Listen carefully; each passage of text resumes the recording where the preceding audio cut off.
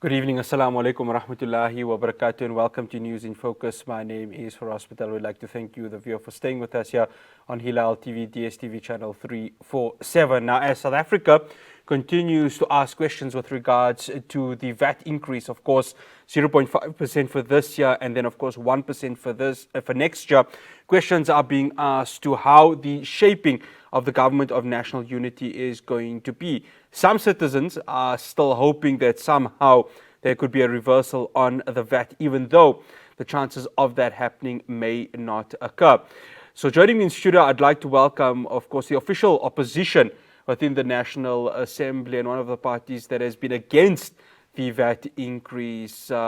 It's none other than the MK party. And with me in studio, I have its national spokesperson, Nhlamulo Ndhelala. Nhlamulo, thank you so much for joining us here on News in Focus on Hilaal TV. Thank you. Thanks for inviting me, and good evening to your viewers. No, it's an absolute pleasure. Nhlamulo, let's start, of course, with this VAT increase. So, of course, it passed last week, much to the celebrations of not just parties within the government of national unity. There were parties outside of the government of national unity that went ahead and actually voted with the ANC. I know that there were 8 members, if I stand to be corrected, that were not sworn in from the MK party. Would it have made some sort of a difference for this motion to be passed or not passed? No, thanks for that. I think there's been a misconception that even if we had sworn in the 8 members, that this budget would not have passed. Numerically, it was still not going to be possible. And I think another thing to bring to the fore is that South Africans need to understand that it's actually not only MK that's affected. Yeah. You have the EFF, for instance, with a candidate that that they haven't also been able to swear in, and various other political parties. But we've had this discussion, via our chief whips in Parliament, because it is affecting the productivity of the parties. But also, it has an impact, let's be honest, to the South Africans that voted, the electorate that voted for their parties, that they're not fully represented. So would it have had an impact numerically? No, it wouldn't have had an impact numerically. I want to touch on this VAT increase because, it's going to hit South Africans hard. Now, let's start off, of course, with the Democratic Alliance. So they've said, obviously, they are totally against it, which has now caused the rift within this government of national unity. I'm going to touch on it in the next segment. But when looking at it from a fiscal framework, was National Treasury left with no choice? Or could there have been other forms of revenue where they could have looked at it and said, maybe this is one we don't really need to touch? Look, this budget was put together by lazy thinkers. And let's not forget, and this is important to understand, this so-called government of national unity, unlike the government of national unity of 1994, 1996, the prescripts of what informs the government of national unity in the first place. Government of national unity or governments of national unity are formed off the back of a crisis. Sure. We had a crisis at the time, right? And what's interesting again is that the same person who was the chief negotiator, being Cyril Ramaphosa, was at the forefront. 30 years down the line, guess who's the chief negotiator in effect for the same individual, negotiating with who? The enemy. And that alone should be telling. And I think it's important that we reflect on these kind of things because they have a dominant effect in terms of things that are happening and that we're seeing and unraveling on a day-to-day basis. And then you look at today, right? Business approached the DA, friends of Ramaphosa, and said, this is what needs to happen. We need you to go into bed and form a coalition with Ramaphosa, with the ANC, to support and back Ramaphosa. This was a Ramaphosa deal.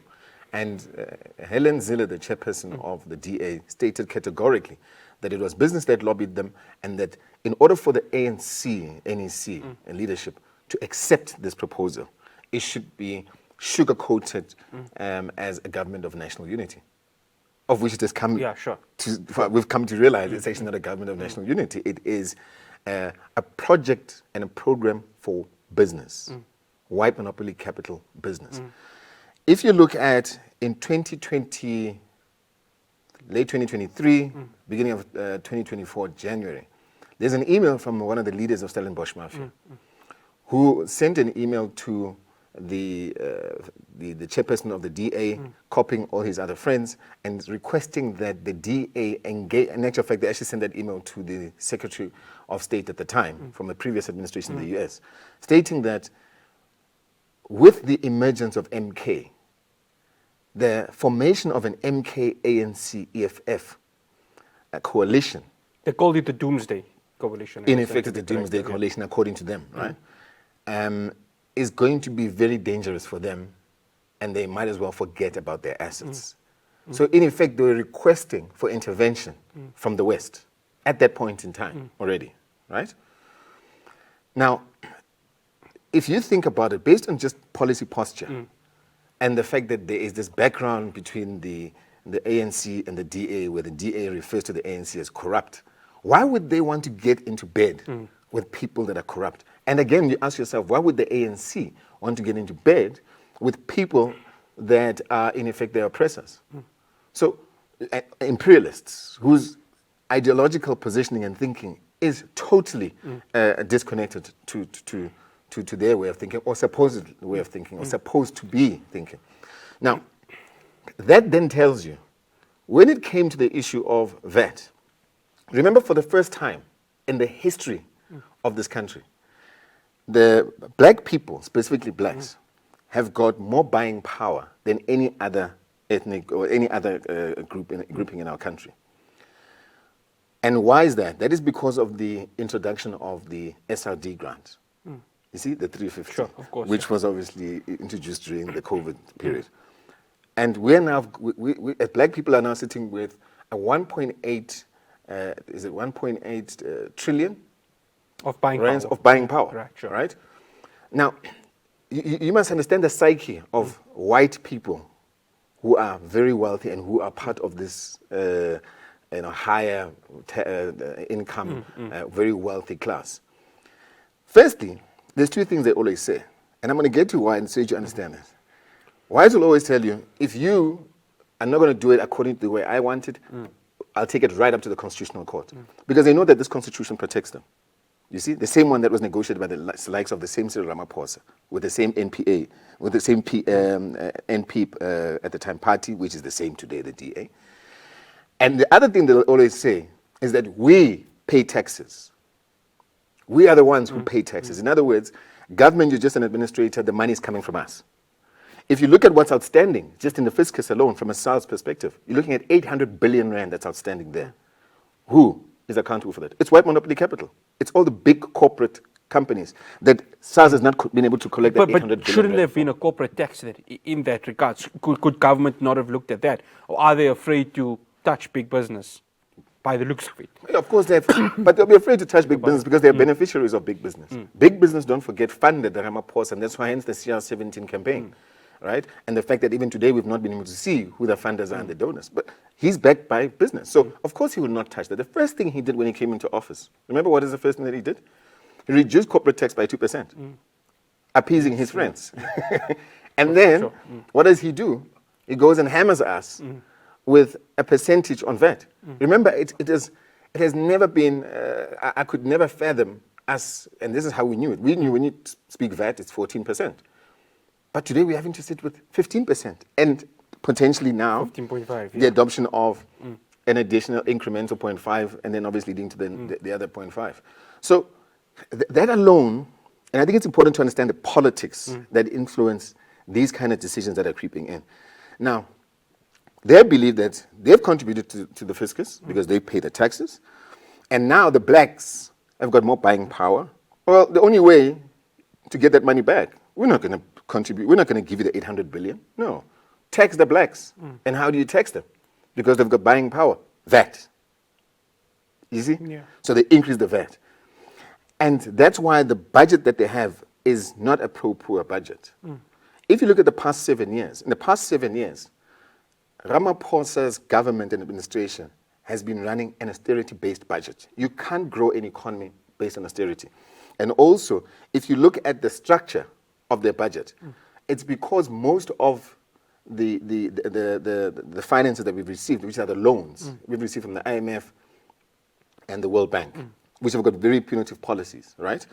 And what does that do? It has had an adverse impact on network industries. So what are the network industries? It has had a negative impact on logistics. That's why you see there's no trains moving around. You see more trucks moving coal. It has had a negative impact on electricity. That's why when you buy electricity today, as opposed to during the administration of President Zuma, today for 100 Rand, you get 25 kilowatts. Then for 100 Rand, you'd get 80 kilowatts. You see? But it's because the cost of that interest is compounded and is transferred to who? To us as citizens, right? And to even take it even further, look at today's budget. Sure. The cost of that loan is costing us 1.5 billion Rand a day. So we're having to now, just on interest, this is interest cost, 454 billion Rand that leaves the country, that leaves the economy. So, you know, it's just telling that for the past 7 years, this country has just been benefiting the few, which are the wealthy. And the sooner this man goes, the better for us as a country. The man you're talking about is Ramaphosa. Cyril Ramaphosa. There's no Well, other okay. person. I'll talk potential impeachment in a bit, but a quick question. We got about a minute. Legislation. Actually, we got 30 seconds. Legislation. Can this VAT be changed within the next 3 weeks? Is that possible or not? Yes, it's possible. I mean, there's court cases that have been lodged.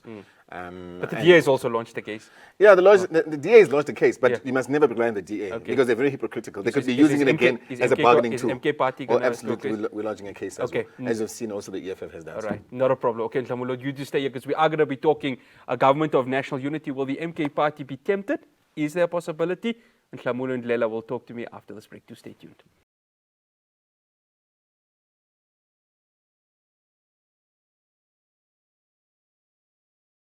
Welcome back. I'm in conversation with Nhlamulo Ndhelala, the national spokesperson of the MK party. Nhlamulo, let's get to this GNU. So yesterday I had Business Unity South Africa's Kulekane Mate, the CEO. I asked him a question straight out. Is it necessary for business to have the Democratic Alliance within the government of national unity? His answer was, to a certain extent, there needs to be a coming together of both the ANC and the DA. So it wasn't really a straight answer to that. But I know that you've always mentioned that this a governing coalition is one out of convenience. Is this convenience tape about to break? Could you see the DA really shifting away from the ANC, or is it just too comfortable for them to be within this governing coalition? The situation here has got very interesting, this so-called G has got very interesting characteristics to it. So, firstly, we don't need the DA to be part of government in order for this country to function.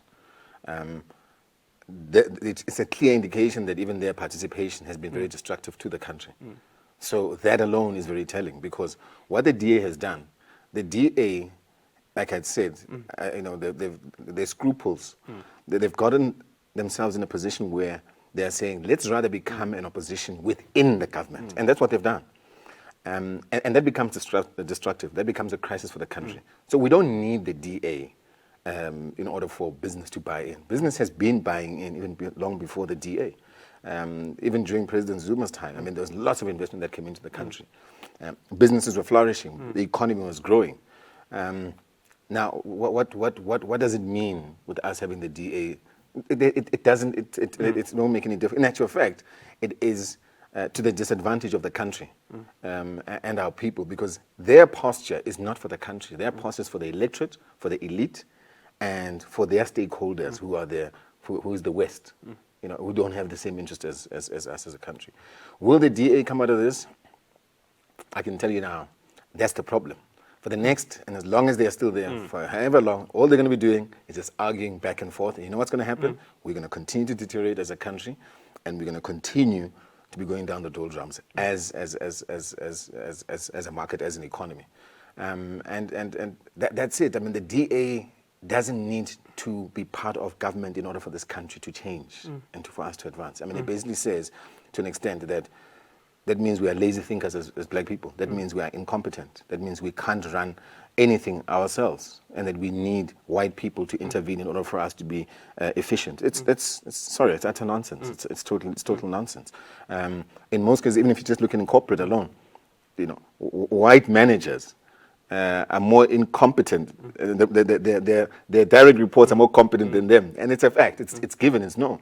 But it's because of this classing that's been created. So this notion that we need white people to be involved, and to undermine us, like they've always undermined us in government, to make a determination as to whether we can run as a country or not is utter nonsense.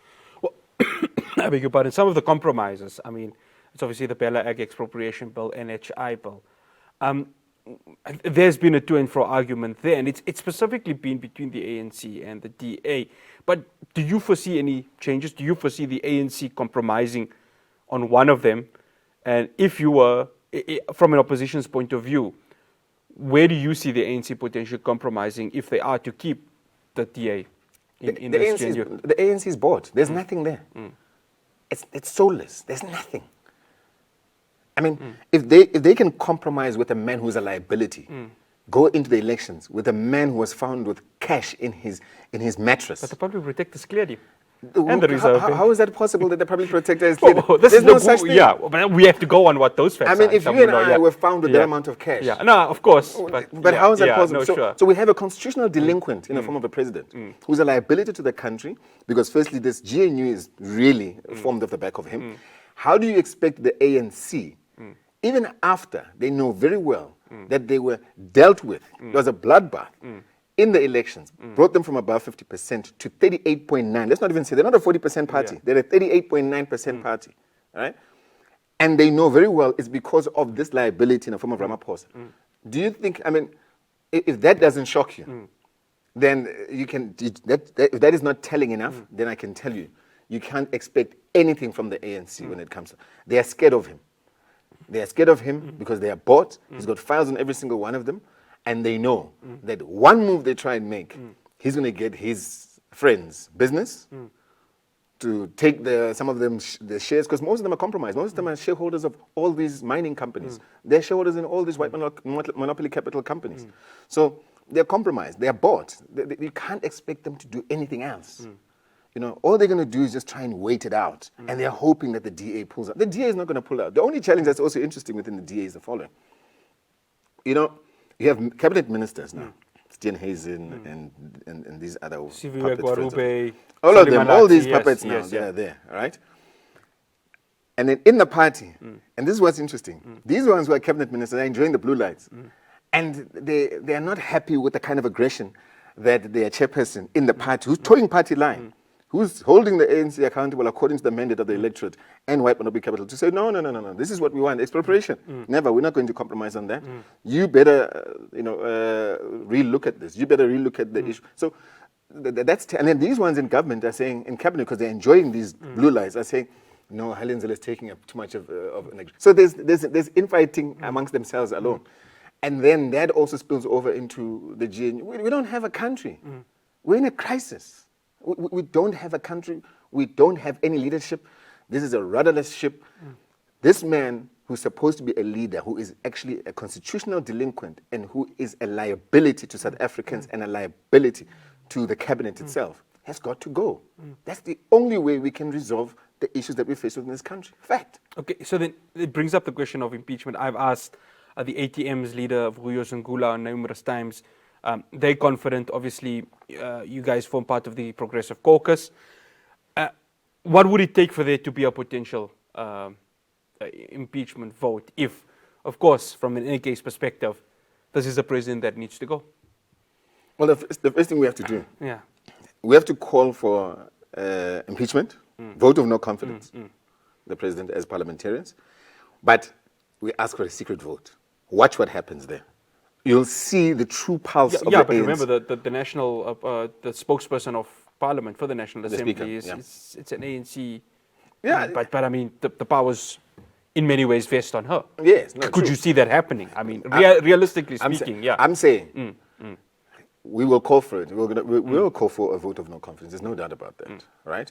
Because of the fact that this budget has not passed, right? It will not pass. It will not be adopted.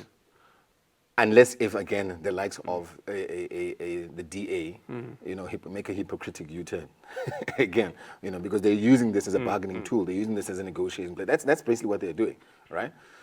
So, but if it was to pass in the following way, where we say, vote of no confidence by secret ballot. I can tell you now, 70% of the ANC will vote for impeachment. Okay. I can tell you that without a doubt. Because we engage with them.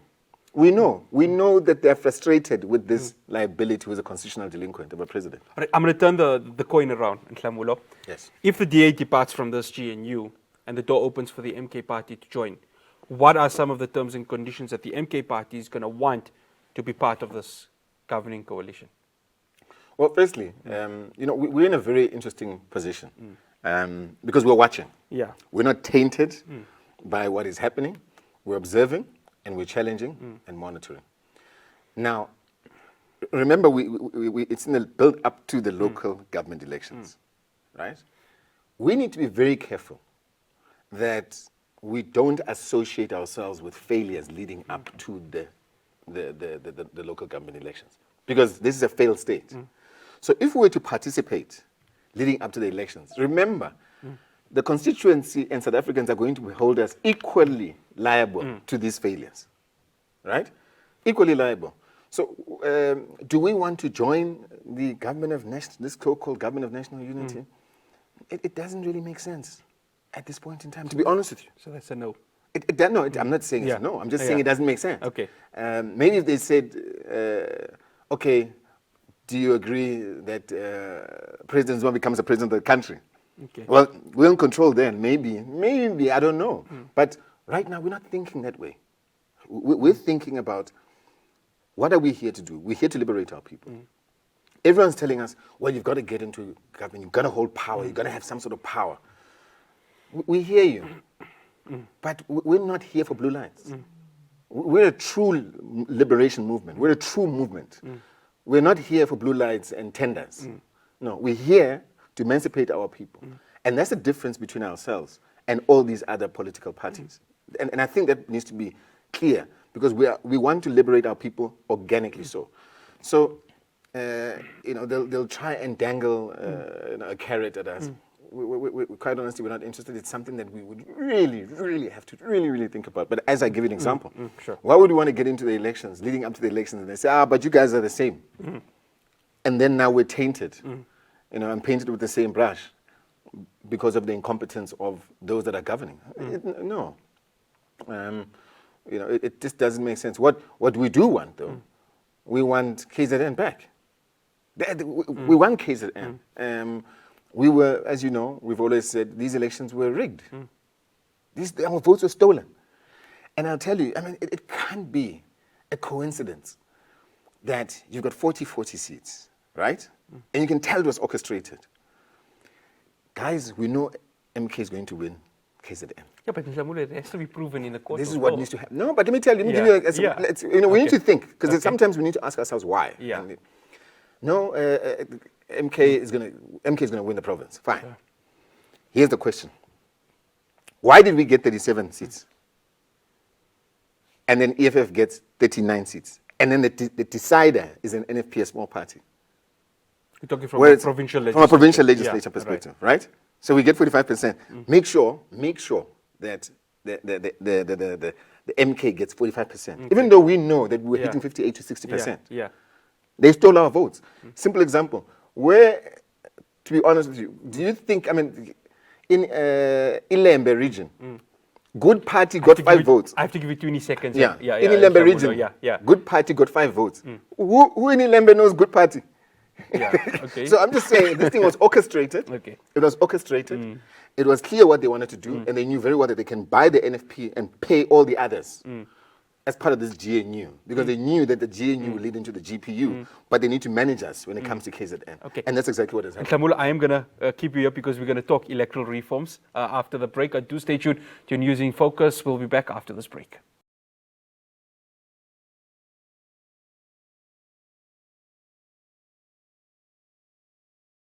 Welcome back. I'm still in conversation with Nhlamulo Ndhelala from the MK party. Nhlamulo, before we talk about the economy of this country, I want to chat electoral reforms. Obviously, the MK party has voiced their disapproval on a number of occasions on the way last year's elections have went. Of course, we're currently still having ward elections leading up to next year for the local government elections.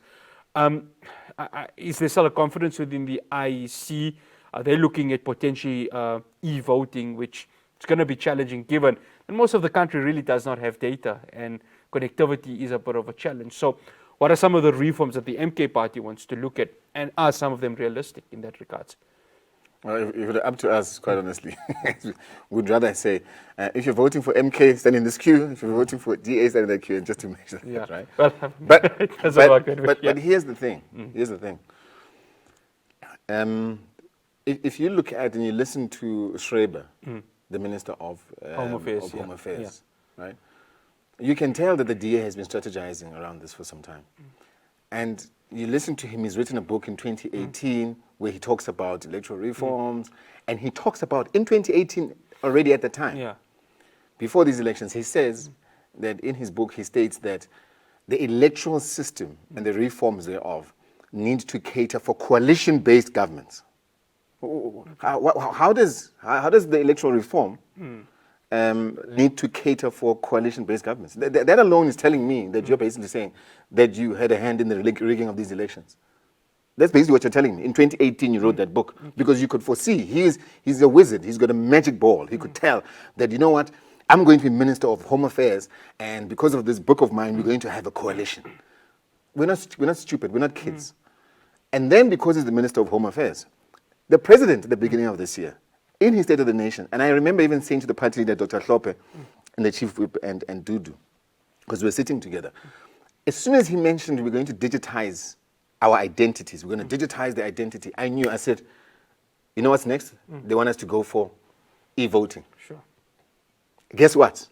Now they introduced an e-voting conference. But does it not make it easier? No. Okay, what's the contour? I'm coming to that.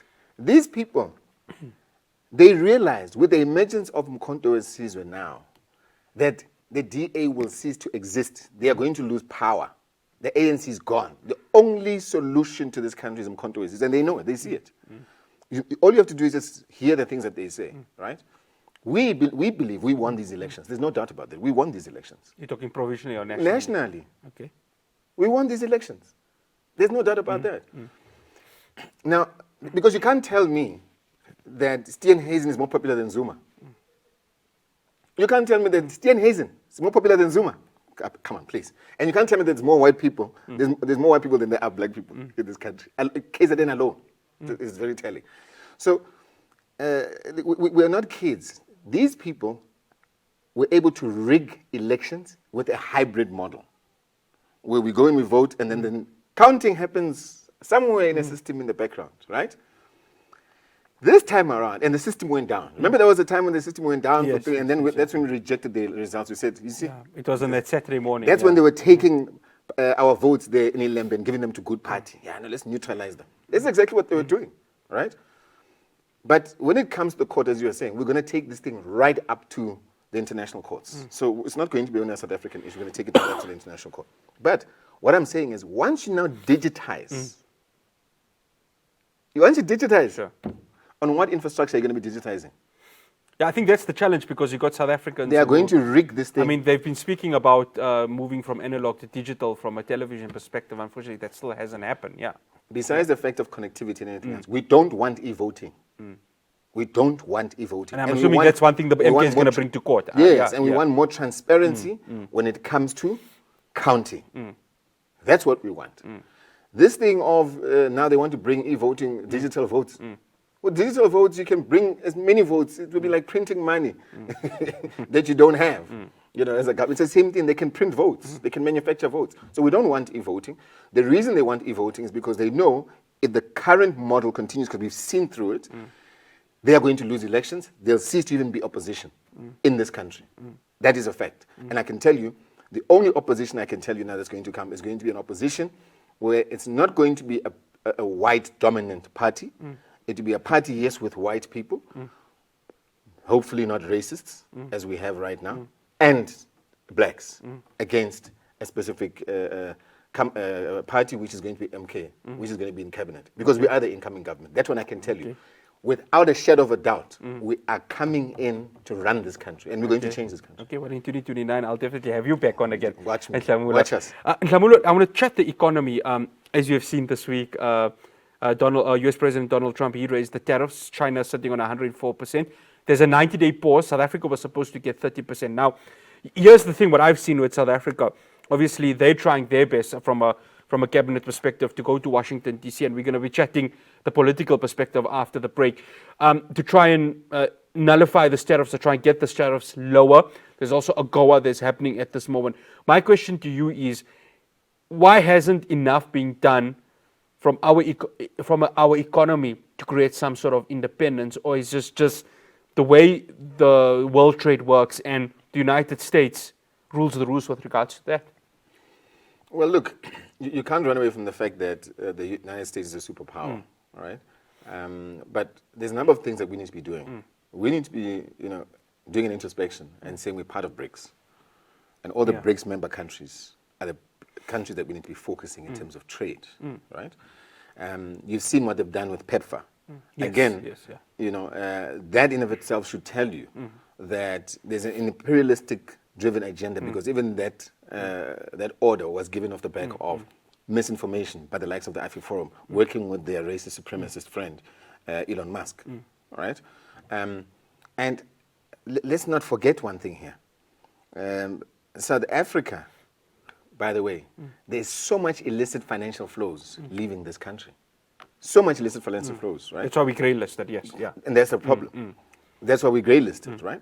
And if you look at our minerals that are leaving the country, there's so many minerals that are leaving the country raw, because the country has been de-industrialized, right? And that we've been pushed that way so that the raw materials don't leave as finished product, which would have created jobs and also added towards the fiscus and the economy, the growth of the economy. We can't find ourselves having to depend solely on the US. No. It's about time that we look at structuring our economy in a different way. Firstly, one of the things that we look at, these guys, this current cabinet, are talking about growing the economy by 1.9%. But they're saying that, to grow by 1.9%, you must put 5% of the budget into infrastructure. You can't. With the emergence now and the imminent cutting of AGOA alone, in terms of revenue, forex revenue coming into the country, that alone is going to have an impact. The amount of money we got for PEPFAR is a significant contribution to the fiscal. So what you need to do, you have to up the infrastructure investment. 10% of our budget must go to infrastructure investment, like I said, and then automatically, it obviously stimulates productivity, because industrial investment in terms of infrastructure stimulates productivity and job creation. And then you take investment, because 30%, there'll be a 30% increase in investment ratio once you do that, right? Then that money, you put it in the network industries, logistics, you put it in your telecommunications, you put it in energy, electricity. We grow the grid, we open up the grid. That will bring about industrialization, not the current deindustrialization situation that we're faced with. And automatically, what we then also need to do, because our biggest issue is that our inflation targeting, we're basing it against the US dollar. The US, when they do it, the mandate of the Reserve Bank, or the central bank there, also takes into consideration labor policies.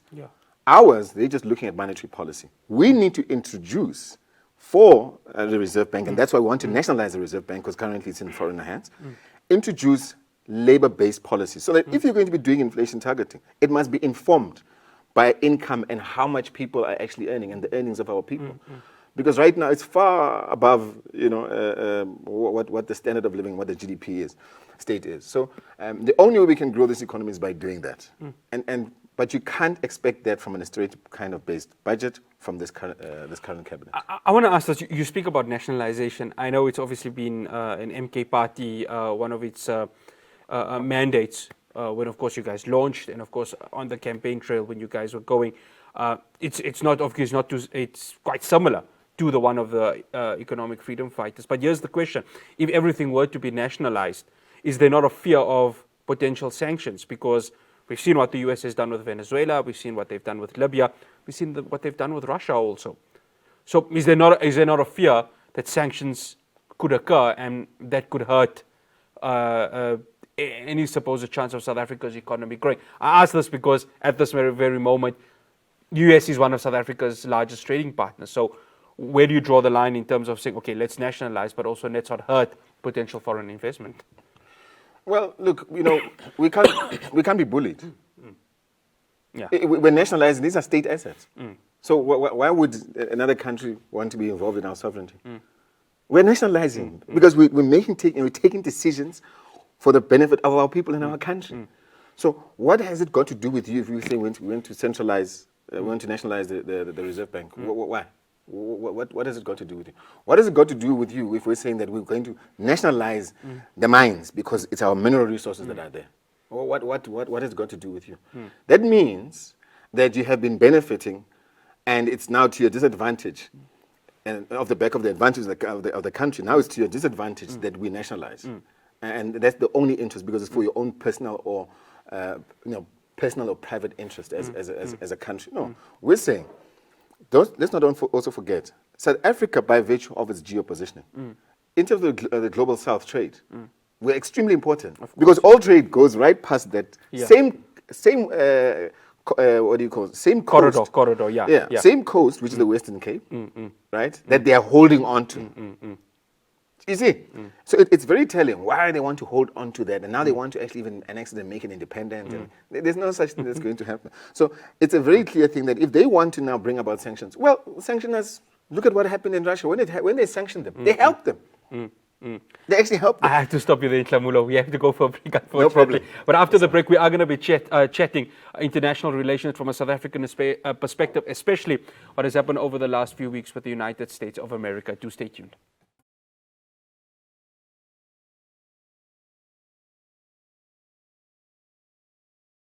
Welcome back to News in Focus. Nhlamulo, I just want to touch on China at this very moment, because right now we are seeing quite a huge shift in the way global politics is at this moment. I'm going to touch South Africa in a bit, but yesterday I had Professor Veit Etzold, who's a renowned German economist, and he said that Elon Musk at this very moment is scratching his head because obviously he wants to get into this monopoly of the electric car market. His batteries are being made in China for Tesla.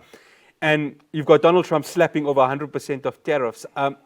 This is going to be a testing time for the US because Elon Musk, who has been quite very close to Donald Trump, one may even say calling him a quote-unquote de facto prime minister of the United States. This is going to be interesting, isn't it? How China right now seems very relaxed at this moment. They've hit the US with tariff hikes also. They're sitting back and saying, it's now your turn, USA. Well, you never make such threats to China because they can play the long game and you won't survive the long game with China. And unfortunately, the decision has been taken by Trump administration. They are cutting their nose to spite their face. And I've always said, and watch what happens. There's going to be clash of the titans, if you want to put it that way, between Trump and Musk. If there's one thing that's going to split them, is this tariff versus trade tug of war, right? Because Trump, is pushing the tariffs, specifically when it comes to the Chinese market. But remember, Elon Musk is receiving his batteries from China. China, right? Just today, here's another example. They say they want to increase manufacturing in the US, right? By now, Apple, for instance, in this case, manufacturing their phones there. There was an economist that was looking at the cost of that. For them, just in the next, they wouldn't even be able to break even in the next 10 years in terms of even the cost per unit of an Apple phone if they were to try and manufacture it here. In actual fact, they were saying that the cost of an iPhone will move from $1,200 to $3,500 if they were to do that, which would make it totally unaffordable for anyone that actually even owns an iPhone or that wants an aspiring buyer.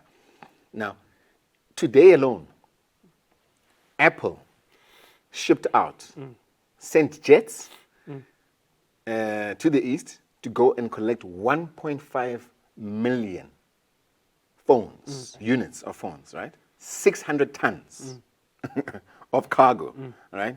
Back to the US because of the tariff situation. How is this helping? I think the Trump administration is making a huge mistake when it comes to China. China's already saying, okay, well, let's start looking at other allies of ours, because the US cannot be bullying the world with this tariff war, this tariff onslaught on the global economy, and it's going to backfire really badly. And it's going to be very embarrassing for them. And the sad thing about it is that it just continues to lead them to be ostracized. And I can tell you, within the BRICS, we will continue to now drive the agenda of de-dollarization. To say, well, let's dump the dollar. Let's focus on other ways and how we can transact, maybe even move off the SWIFT system, because that's what they did to Russia with the sanctions, right? Yes. And look at Russia. Russia grew last year. So, yes, the US is an important country from a trade perspective and to engage and to have relations with, but it cannot be that the world will not exist without the US. It can't be. Here's the thing, Nhlamulo. So, from a political perspective, we saw a few weeks ago, Ibrahim Rasool was the South African ambassador to the United States, was asked to come back home after comments that he made, and Trump obviously saw it as something where it's sort of a threat towards his cabinet. South Africa is trying to repair its relations. I want to get an MK Party perspective on this. Is South Africa trying too hard to impress Donald Trump? This cabinet, specifically. I can't really speak for this cabinet because, quite honestly, they are useless. And quite honestly, we believe that this should have been handled differently. Diplomatic dialogue ought to have a long time ago. At the time when AfriForum went there, immediately. How much has that played a part? The fact that AfriForum went there. They ignited. Because they never got permission from Durko. And they've been banging on about this white genocide, but the crime stats say that killings within farms is not as bloated as they've made it out to be. Yeah, I mean, if you just look at the amount of people that have been killed, also, which are black people on the same farms, and that's not been accounted for. Sure. But here's the thing: as MK Party, we took a stance. We went and opened up a case of high treason, because we want to hold them accountable. They must go to jail. The AfriForum is the new age AWB. The leaders thereof and the leader. Who's that racist leader? Kali Kriel. Yeah. He's the same as, when you look at Kali Kriel, just see Eugene ter Blanche. You must know you're speaking to Eugene ter Blanche there. They are nothing else but a racist sideline organization. In actual fact, one of the things we need to start looking at, which is what we're investigating, is when they set up this organization, the prescripts thereof, are they actually working within the prescripts as was registered for. So because this of them now, interfering and garnering support from foreign forces to meddle in local domestic issues, that in of itself is treasonous. So, and if you look at it, they're the ones that actually lit the match. And here we are as South Africans, and this government is playing them with kid gloves. You can't. But again, you've got a weak president. Totally weak, who can be told by any leader anyhow, like look at what happened in Rwanda and DRC, how the Rwandan president responded to this puppet. What happened? Said nothing. Our people were clobbered, were murdered, our soldiers were murdered there. But instead, what you'll find, he's very quick when people in Matatiele go there and they say, we are fighting for Kwekwe, and they go and then they go and deploy soldiers for citizens. When there was July unrest, they couldn't handle it. They go and deploy soldiers, but they can't go and deploy soldiers to go and rescue their own soldiers here in DRC. So it's a sad state of affairs. All we're saying is that when it comes to the geopolitics and the situation now with the Trump administration, the tariff versus trade, that's the one thing I can tell you now that's going to break the relationship between Trump and Elon. Watch the space. One final question, Nhlamulo. South Africa is hosting the G20. I beg your pardon. Still nobody knows whether Donald Trump or whether he's going to be sending an envoy to South Africa. But South Africa hosting the G20. How does President Cyril Ramaphosa play his part now in terms of saying South Africa is still seen as this country where we can be a middleman in terms of solving a crisis? We saw with the Russia-Ukraine war that is currently. South Africa tried to play their part. Funny enough, Vladimir Zelensky is going to be visiting South Africa soon. But has South Africa done enough to convince the world that it's seen as a global South intermediary in conflicts? Look, you can't expect incompetence to bring about results. The issue of the international criminal, one thing as MK we stated categorically that what was happening in the East pertaining to the Hamas-Israel conflict there in Gaza, had to come to an end in the genocide in Gaza. We made it categorically clear. And we welcomed the ceasefire at the time. But now, you can tell that the whole aim now, especially with the utterances of Trump, that says now we're going to take over Gaza and build... It's ethnic cleansing, what they're doing is, I mean, they're destabilizing that so that, you know, they flatten that area and they, like he said, build resorts. You know, so it's just telling that initially when they did come up with the ceasefire, let's say at that point in time, it was not one that was intended to be in good spirit. You know, it clearly seemed to be more than met the eye at the time. But you know, when it comes to the issue of the G20, the G20, whether they deploy someone or not, we quite honestly not interested. It's a cabinet issue. It's a Ramaphosa issue. But you know, we're just obviously going to be watching from our side and observing what is happening. Remember, the US didn't send their finance to the G20 with all the finance and the Secretary of State also. And the Secretary of State was supposed to come through. Whether they come through or not, to us, it means nothing. What is G20? What is it doing for our country, really?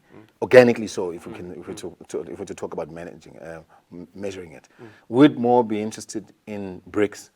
You see, if you're to say that the Brazil finance minister didn't come to a BRICS, then, you know, then to us, this is a huge issue.